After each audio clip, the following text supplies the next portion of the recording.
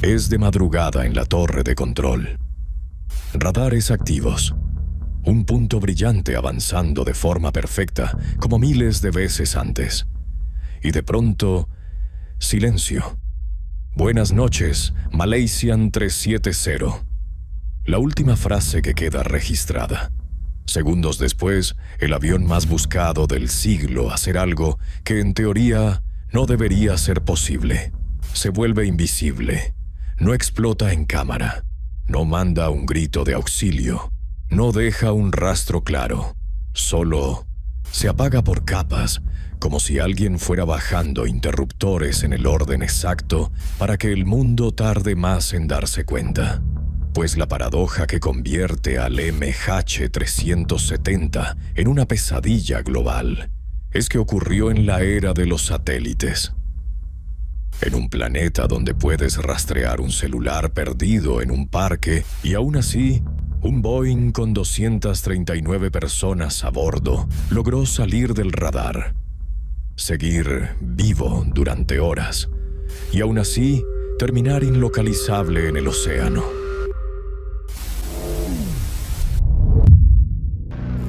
Un vuelo comercial despega con 239 personas a bordo. Sale de Kuala Lumpur. Y en un tramo específico de la ruta, en un momento específico, el avión deja de comunicarse con el mundo. El vuelo MH370 no desaparece de la nada. Hay una secuencia técnica, un orden, una coreografía. Primero cae el radar secundario, el que te identifica. Después aparece un giro pronunciado y completamente atípico. Luego, el último rastro duro se extingue cerca de un punto concreto. Y cuando el radar ya no puede verlo, el hilo cambia.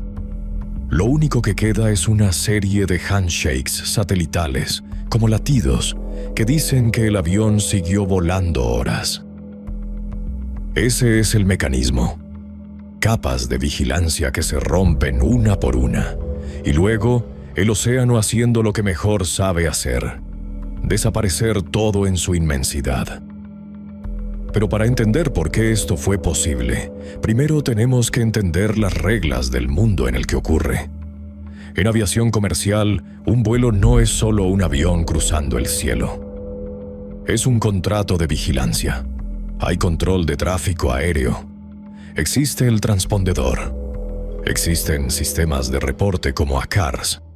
Existen comunicaciones por radio. Existen enlaces satelitales. Existen protocolos de búsqueda y rescate. Y el sistema funciona porque esas capas se superponen. Si una falla, otra te salva. El problema con el MH370 es que varias capas fallaron. Y algunas fallaron en el peor momento posible.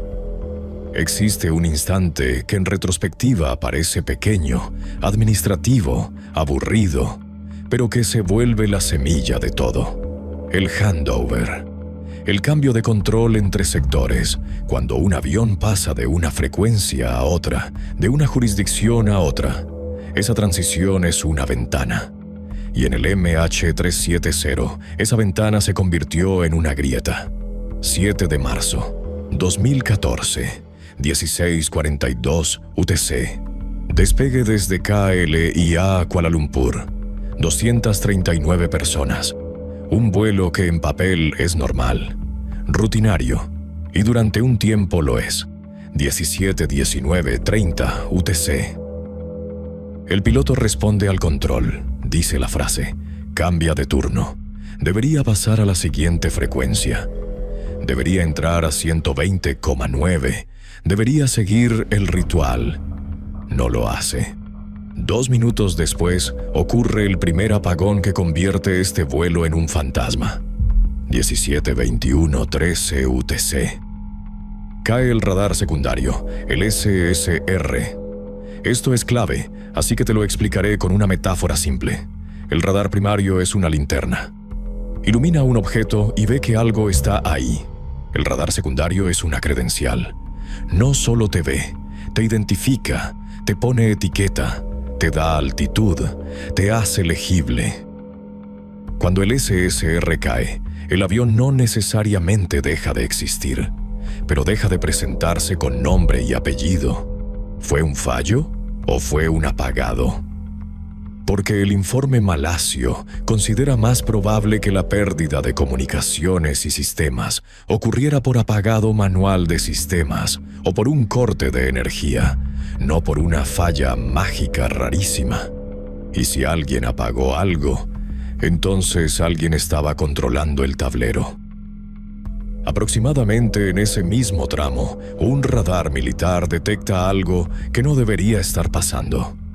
Un giro de regreso, como si el avión hubiera decidido volver, pero sin avisarle a nadie.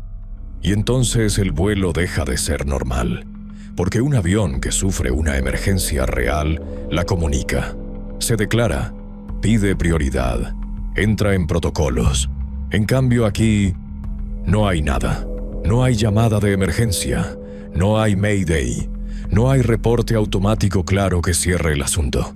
Hay silencio y un giro. Y ese giro además parece controlado. Hay rumbos, hay velocidades registradas, 231 grados magnéticos y cerca de 496 nudos. No es una caída caótica. No es un avión sin manos. Es un avión que todavía obedece. Pero entonces, ¿quién lo estaba guiando? Porque el avión no decide. Alguien decide. 18:22:12 UTC. Termina el objetivo primario cerca de Mekar. Ese es el último rastro duro dentro del área Malacia. El último lugar donde el radar como linterna puede decir, aquí había algo. A partir de ahí, el océano manda. Y justo ahí, cuando el radar ya no te sirve, cuando tu mente se prepara para el final, aparece la evidencia más inquietante del caso, los handshakes SATCOM. El avión de alguna manera sigue contestando a un satélite en intervalos. No es una llamada telefónica, no es una conversación. Es más frío, un apretón de manos técnico, un ping que dice, sigo aquí, sigo conectado, sigo con energía. Y de pronto, MH370 deja de ser un misterio de minutos y se convierte en un misterio de horas. Como un avión que desaparece del control convencional, que se desvía, que apaga capas de visibilidad. Sigue volando durante horas sin que nadie pueda decirte dónde está. Aquí es donde el caso se transforma en ciencia con incertidumbre. Porque esos pings permiten construir arcos, estimar distancias, inferir una trayectoria probable. Pero no te dan una coordenada exacta, te dan una frontera, un borde, un rastro estadístico. Y esa diferencia entre exactitud e inferencia es donde nacen todas las guerras del caso.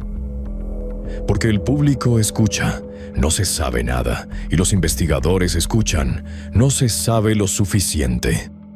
Existe un cúmulo de confirmado, casi cierto, altamente probable, pero la palabra confirmado se vuelve una trampa narrativa. ¿Confirmado por quién? ¿Con qué estándar? ¿Qué cuenta como prueba cuando no tienes cajas negras? Y mientras el mundo discute definiciones, hay otra cosa pasando. El tiempo, porque la búsqueda y rescate no es un botón mágico. Requiere coordinación.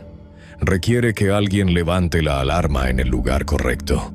Y una de las conclusiones más dolorosas es que hubo fallas de coordinación y retrasos. Minutos críticos que, en un caso así, se convierten en kilómetros. Y kilómetros en un océano infinito. Si el avión se desvía, si apaga sistemas, si atraviesa un punto ciego. Cada minuto que no lo sigues, la zona posible se expande como un incendio. Y es aquí donde aparece el villano silencioso que no necesita conspirar.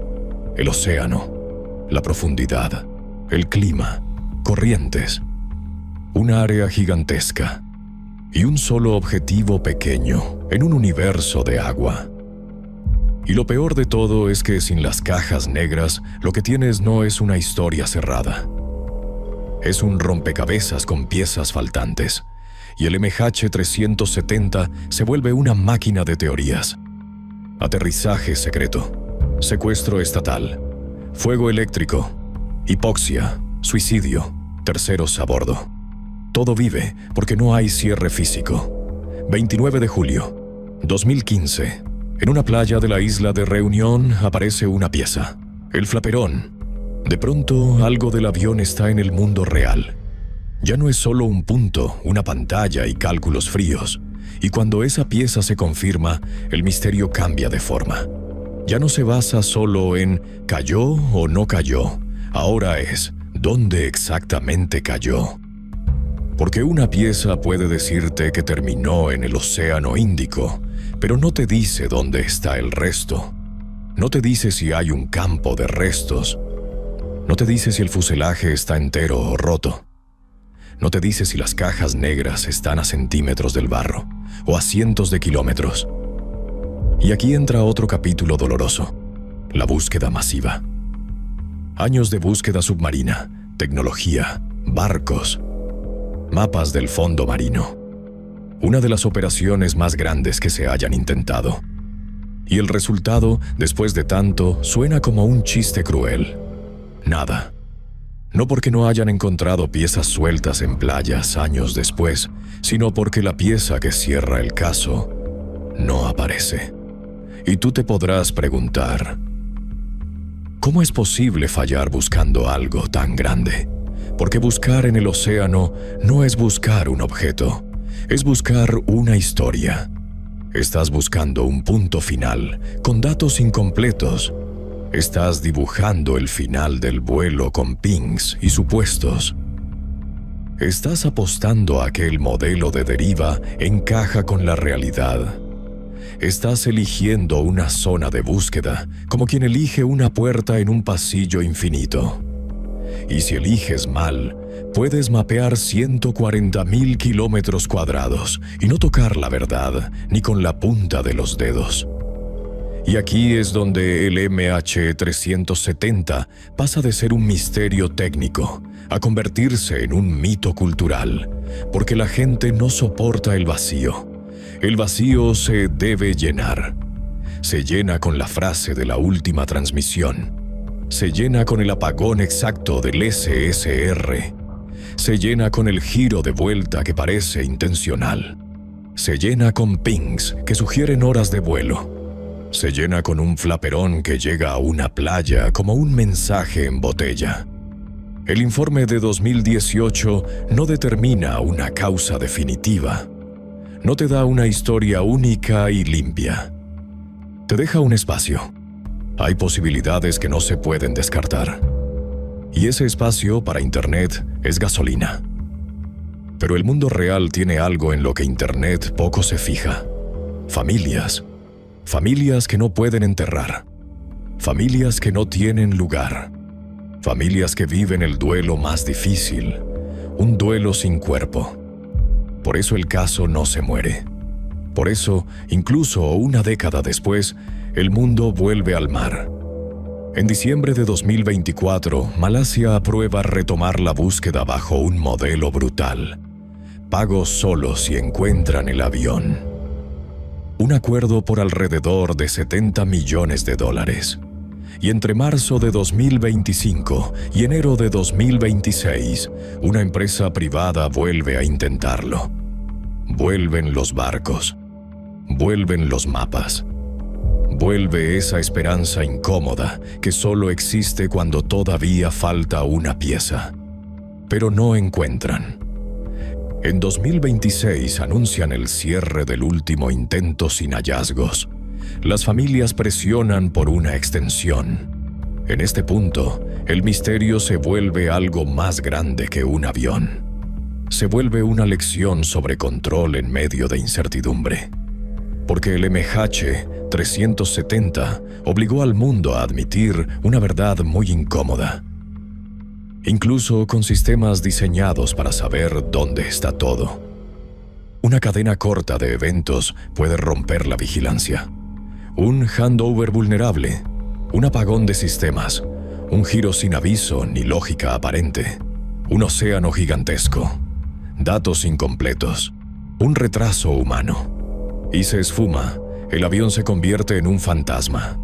El MH370 no solo dejó preguntas, dejó cambios. Después del MH370, la industria aceleró estándares globales de seguimiento, incluyendo tracking normal y tracking de distress con tiempos mucho más exigentes. Como un mensaje del mundo diciendo, nunca más perder un avión en el silencio. El problema es que el MH370 sigue ahí afuera, como una pregunta abierta, flotando en el borde de nuestra confianza tecnológica. Si mañana apareciera una sola cosa, ¿qué tendría que ser para cerrar el caso? ¿Una caja negra? ¿Un fragmento grande del fuselaje? ¿Una coordenada imposible de ignorar? Porque si nada de eso nunca aparece, entonces el MH370 se convierte en algo que duele más que una tragedia aérea. Se convierte en un límite, el límite de lo que podemos probar, el límite de lo que podemos saber, el límite de nuestro deseo de control. Y por eso, aunque pasen décadas, este caso seguirá vivo. Porque no es solo un avión perdido. Es un recordatorio de que a veces el mundo te deja sin final. Oh, ¿tú qué opinas? Déjamelo saber en los comentarios. Si te gustó este video, apoya al canal suscribiéndote. Así seguiremos subiendo nuevos misterios. Y cuéntame, ¿hay alguna historia específica que deseas que narremos para ti? Te mando un abrazo.